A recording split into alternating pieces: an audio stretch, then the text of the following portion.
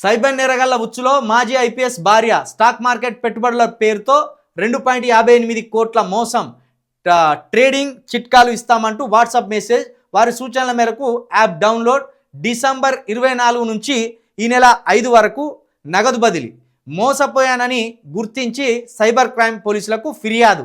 ఈ సైబర్ నేరగాళ్లు చాలా డేంజర్గా ఉంటారు.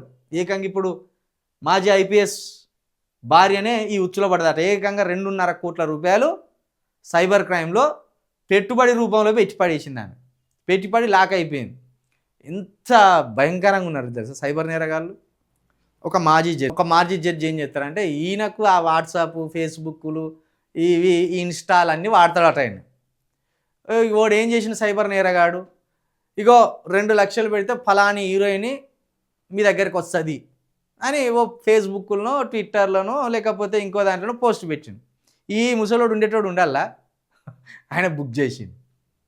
వీడేం చేసిండు, ఆ 2 లక్షలు అట అకౌంట్ కొట్టిండు కదా, మాజీ జడ్జి అట ఆయన. ఆ 2 లక్షలు కొట్టగానే వాడు తీసుకున్నాడు. వాడేం చేసిండు తెలియకల్లోడు, ఏదో చిన్నపాటి హోటల్ బుక్ చేసిండు. ఇక ఈయన సెంట్లు గింట్లు కొట్టుకొని ఉరికేయిగా సెంట్లు గింట్లు కొట్టుకొని ఆ హోటల్కి ఉరికిండు. హోటల్కి ఉరికే వరకు ఆడ ఇవ్వలేరు. రూమ్ అయితే బుక్ చేసి ఉన్నది. ఈయన ఈగో దెబ్బతిన్నది. ఈయన బుక్ చేసినప్పుడు ఈయన ఫోన్లోకి వెళ్ళి బుక్ చేయలేదు, డ్రైవర్ దాంట్లోకి వెళ్ళి బుక్ చేసిండు. లేకపోతే ఈయన పరువు డ్రైవర్ దాంట్లోకి వెళ్ళి బుక్ చేసి డ్రైవర్ పేరు మీద తీసిండు అన్నట్టు. అది ఆడి వేరకు హీరోయిన్ లేదు. ఇక మనోవేదన చెందిండు, ఎవరికి చెప్పుకోవాలో తెలియలే. ఆఖరికి డ్రైవర్ చేత కేసు పెట్టించిండు. ఇక ఫలాని హీరోయిన్ని ఆశ చూపి నన్ను అవమానించిండు, నా దగ్గర నుంచి డబ్బులు కొట్టేసిండు అంటే వాడిని తీసుకొచ్చి చెంచల్ కూడా జైలు వేసిండు. వాడు ఎవ్వరికి చెప్పకపోయేది, నీ కేసు ఏంటంటే అస్సలు చెప్పకపోయేది.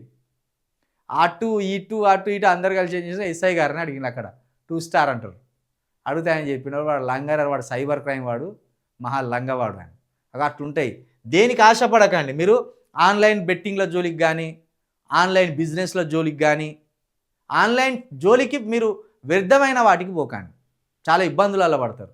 ఒట్టిగానే ఫేస్బుక్ నుండి ఏం చేస్తారంటే ఒక మెసేజ్ పంపుతారు, ఏదో ఒక ఐడి నుండి.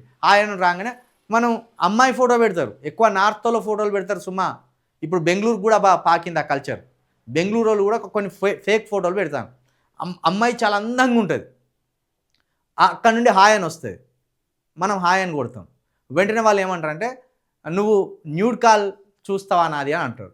ఇక మన వాళ్ళు ఏం చేస్తారు, సొల్లు గార్చి కథం దెబ్బ కొట్టురు కాలానికి. వాడు ఏం చేస్తారంటే అటు నుంచి వచ్చేది అది సెట్ చేసిన ఇమేజే, ఆ బొమ్మ ఒట్టిదే. కానీ వాళ్ళు ఏం చేస్తారంటే ఇటు వీళ్ళు ఏమంటారంటే నువ్వు కూడా సేమ్ అన్ని బట్టలు ఇప్పు, మేము కూడా అన్ని బట్టలు ఇప్పుతాం. అట్నుంచి అమ్మాయి ప్రపోజల్ పెట్టినట్టు చేస్తారు. వీడు బట్టలు ఇప్పి నిలబడతాడు. వాళ్ళు టక్క స్క్రీన్ షాట్లు కొడతారు. ఈ స్క్రీన్ షాట్లు అన్నీ నువ్వు ఫేస్బుక్ లెవెల్ అయితే నీ మిత్రులు ఉన్నారు వాళ్ళందరికీ పంపిస్తామని బెదిరింపులకు పాల్పడతారు. 1 లక్ష రూపాయలు 2 లక్షలు డిమాండ్ చేస్తారు. అట్లా చాలామంది ఇబ్బందులలో పడ్డారు. కాబట్టి ఆన్లైన్ అనే దానికి వ్యర్థమైన వాటికి పోకండి. ఆన్లైన్లో